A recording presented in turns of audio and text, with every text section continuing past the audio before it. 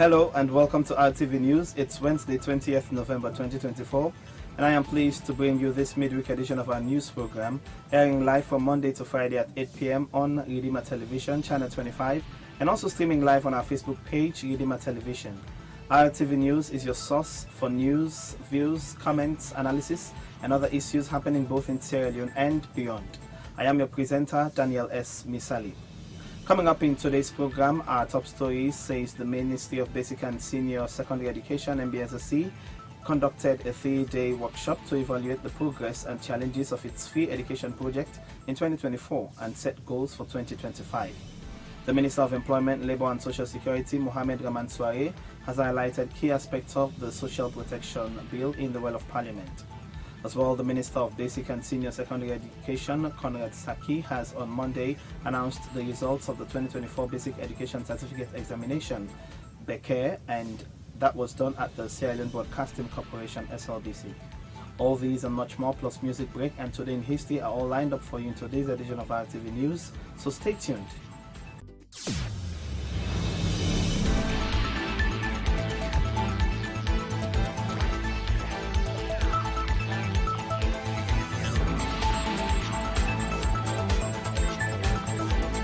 Welcome back. This is R.T.V News, and you can send us your thoughts via text or WhatsApp to the number 079-716-255, or kindly drop your comments or concerns via the comment section on our Facebook platform, Redeemer Television. Now let's dive into the first story of the day. The Ministry of Basic and Senior Secondary Education, MBSC, conducted a 3-day workshop to evaluate the progresses and challenges of its free education project in 2024 and set goals for 2025. The initiative, led by Minister Conrad Saki, aims to address gaps and propose actionable solutions for improved education outcomes. Here's more to the story. The workshop focused on reviewing the results framework of the free education project. Minister Conrad Saki highlighted the importance of assessing the project's accomplishments and challenges, stating that the exercise is essential for identifying gaps and crafting solutions to address them. Ambrose Issei, the project coordinator, emphasized that the retreat provides an opportunity for reflection on the achievements and lessons of 2024 while planning strategically for 2025. The essence of this retreat is to look back at our work over the past year and set clear, achievable goals for the coming year, he explained. Samson Saidu, M&A officer for the Free Education Project Support, FEPS, noted that the interventions have greatly benefited learners, citing the construction of additional classrooms and the disbursement of performance-based grants as significant milestones. Dr. Dennis Luceni, as well, component coordinator of FEPS, shared insights on teacher observation practices, explaining that a tool developed by the Teaching Service Commission, TSC, allows for monitoring teachers every 3 to 4 months. He highlighted that the data gathered has shown improvements in teaching quality, further enhancing the learning environments for students. The workshop underscores the ministry's commitment to ensuring the sustainability and effectiveness of the free education project in Sierra Leone. We are doing our annual retreat that is reflecting on what we've done for the past 1 year, which is the 2024, and what we intend doing in 2025.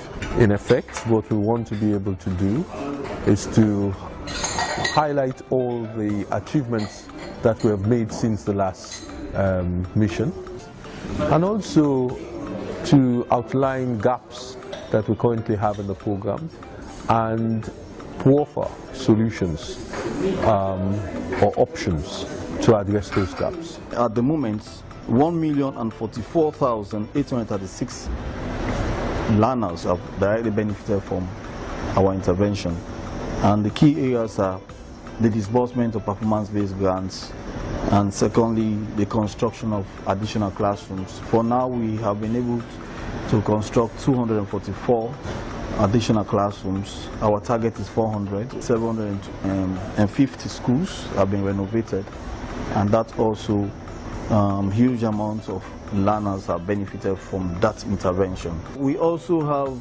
other interventions like teacher professional trainings. We have trained over 25,400 teachers.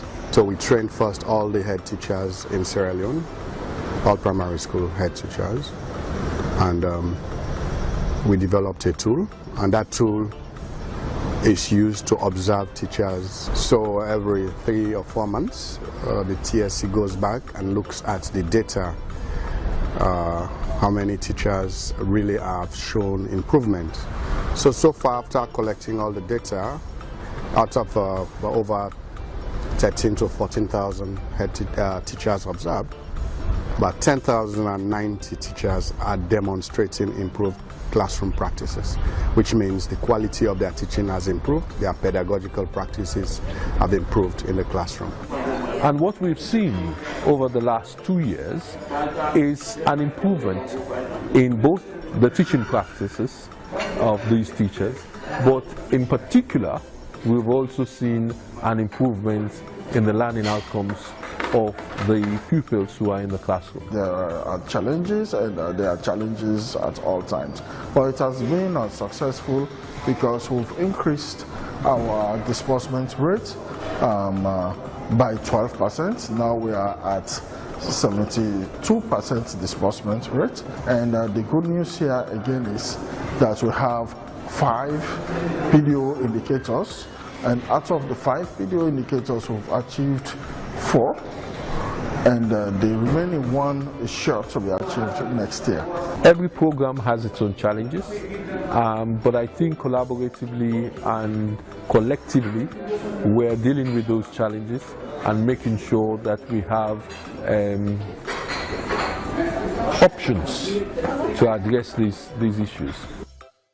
For R.T.V News, Daniel Misali reporting.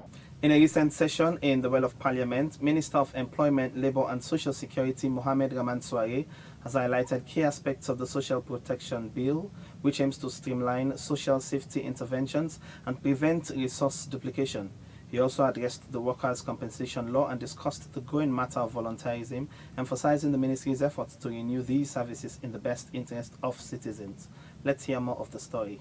During his address in Parliament, Minister Mohamed Raman Soare provided important updates on an active design to protect and benefit workers in Sierra Leone. One of the key topics was the Social Protection Bill, which aimed to coordinate the country's social safety program to avoid duplication of resources. Minister Soare explained that by implementing this bill, the government hoped to establish a more efficient and targeted approach to social protection that will directly benefit vulnerable populations without unnecessary overlaps. In addition to the bill, the minister also discussed the workers' compensation law, highlighting its importance in ensuring that workers are adequately protected in case of workspace injury. Soare ensured Parliament that his ministry is working diligently to renew and improve the compensation system, which will provide better support for employees and their families. Addressing the matter of volunteerism, the minister noted the rising importance of volunteer workers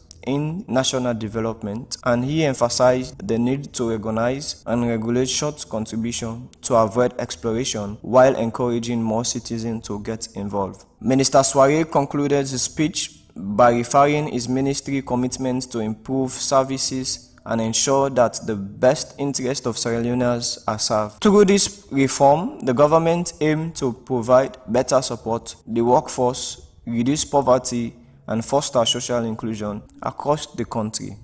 Earlier yesterday, President Julius Maada Bio of Sierra Leone welcomed Liberian President Joseph Numa Boakai Sr. to the State House in Freetown.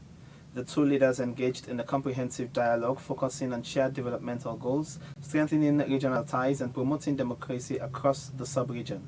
Let's hear more of the story. The meeting between President Julius Maada Bio and President Joseph Numa Boakai Sr. was marked by discussions on mutual priorities, with a focus on agriculture, food security, and regional stability. President Bio congratulated President Boakai on his recent electoral victory, expressing confidence in his leadership to drive Liberia's progress. In turn, President Boakai commended President Bio for his transformative Fee Salon initiative, which seeks to revolutionize Sierra Leone's agricultural sector by enhancing food security, creating jobs, and combating poverty. President Bio acknowledged Liberia's effort under President Bouakai's administration to prioritize agriculture as a key component of natural development. Both leaders highlighted the need for impactful agricultural projects that leverage the region's rich natural resources, emphasizing their commitment to uniting the sub-region and the continent in pursuit of economic growth. Beyond agriculture, the two leaders addressed democratic challenges within the Mano River Union and the broader region. They reiterated the importance of promoting peaceful power transitions to maintain regional stability and security. Together, they discussed strategies to uphold democratic principles and counter threats to governance across the sub-region. Cross-border cooperation was another focal point, with discussions on fostering peaceful coexistence among border communities. The leaders explored ways to celebrate cultural diversity while enhancing economic activities through trade and development projects that benefit citizens on both sides of the border. The visit highlighted the growing partnership between Sierra Leone and Liberia as they seek to strengthen their democracies and improve the livelihoods of their citizens through collaboration in agriculture, governance, and economic development. This renewed sense of unity signals hope for a more prosperous and stable West Africa sub-region. For R.T.V News, Joseph and Sumana reporting.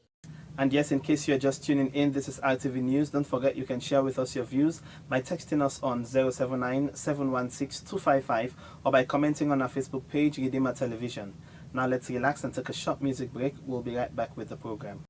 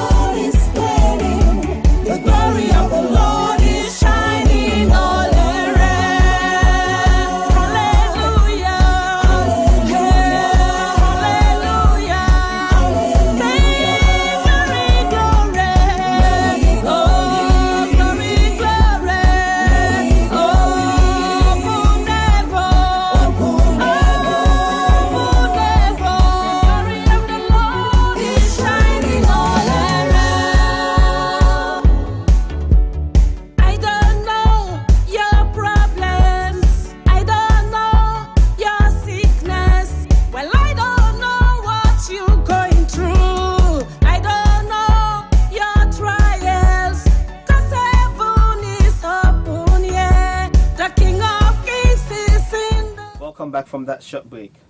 The Minister of Basic and Senior Secondary Education, Conrad Saki, has announced the results of the 2024 Basic Education Certificate Examination, BECE, on Monday, November 18, 2024 at the Sierra Leone Broadcasting Corporation. He has this to say.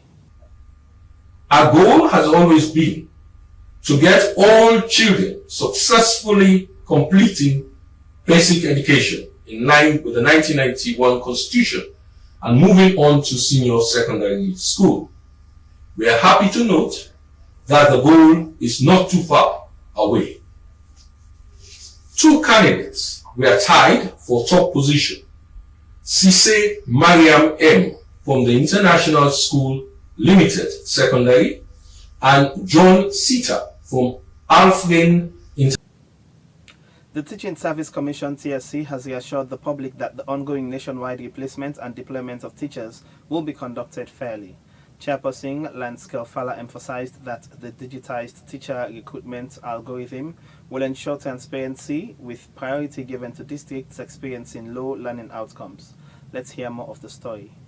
Speaking during a press briefing, Lance Kelfala, chairperson of the Teaching Service Commission (TSC), highlighted the Commission's commitment to addressing inequalities in the education sector. He explained that the digitization of the teacher recruitment and deployment process was a strategic step to enhance fairness and efficiency in allocating teaching resources across the country. Kelfala noted that districts with the most pressing educational challenges, particularly those with low learning outcomes, needs would be prioritized in the ongoing exercise. Our goal is to ensure that every child in Sierra Leone, regardless of their location, has access to qualified teachers, he stated. He also assured the public that the TSC is actively monitoring the process to prevent any form of favoritism or biasness. The digitized system, he explained, aligns with the government's broader objective of improving the quality of education nationwide. The deployment exercise comes amidst growing concerns about disparities in teacher distribution, particularly in underserved districts. The TSC's proactive measures aim to bridge this gap, fostering equitable access to quality education for all Sierra Leonean children. Teachers can go to schools where they are needed.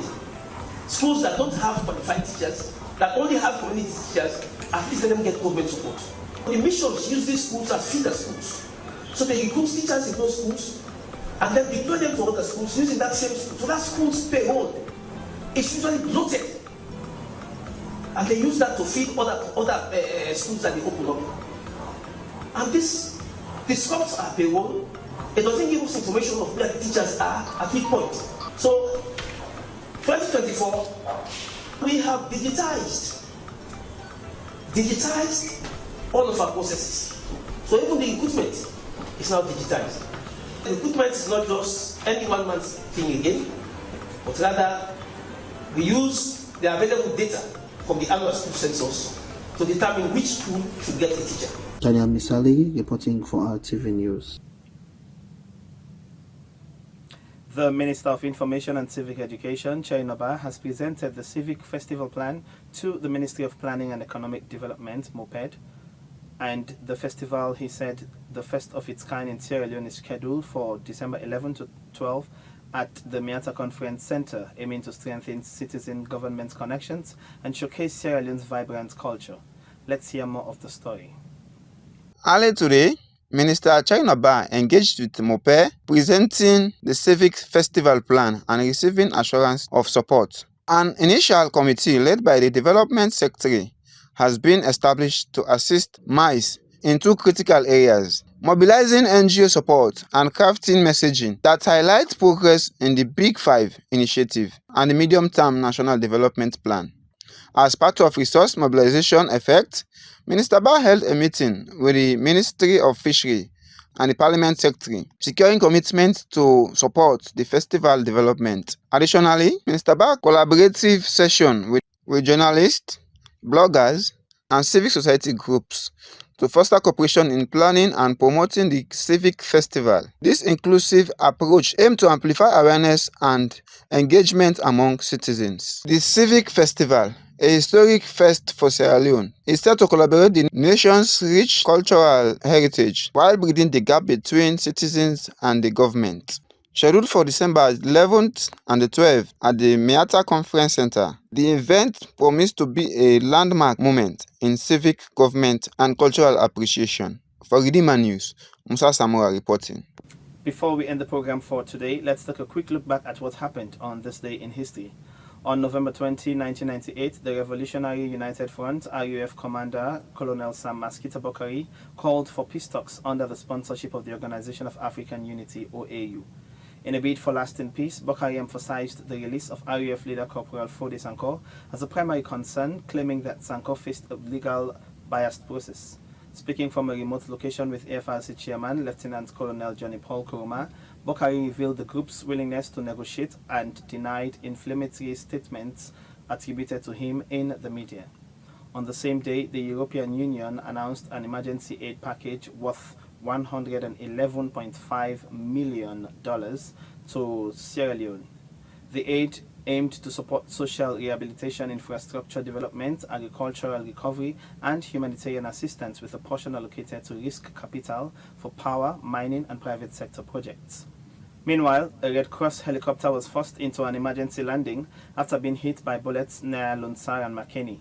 Minister of State, Northern Province, Dr. Y.M. Kuruma expressed regret over the incident but urged relief organizations to coordinate with security forces before entering conflict zones to avoid such occurrences. These events highlighted the complexities of Sierra Leone's peace efforts, humanitarian challenges, and ongoing recovery from conflict. Well, that's all we have time for in this edition of R.T.V News, coming to you live from Redeemer Television on Channel 25 and also streaming on our Facebook platforms, Redeemer Television. In case you missed any part of the program, you can catch the repeat broadcast from 11:30 to 12 noon. And as well, you can join us for our weekly reviews on Fridays. Don't forget to like, comment, share, and subscribe to our social media platforms, Redeemer Television. Once again, I am Daniel Misali, and thank you for joining us on today's edition of R.T.V News. Stay tuned, and may God bless you.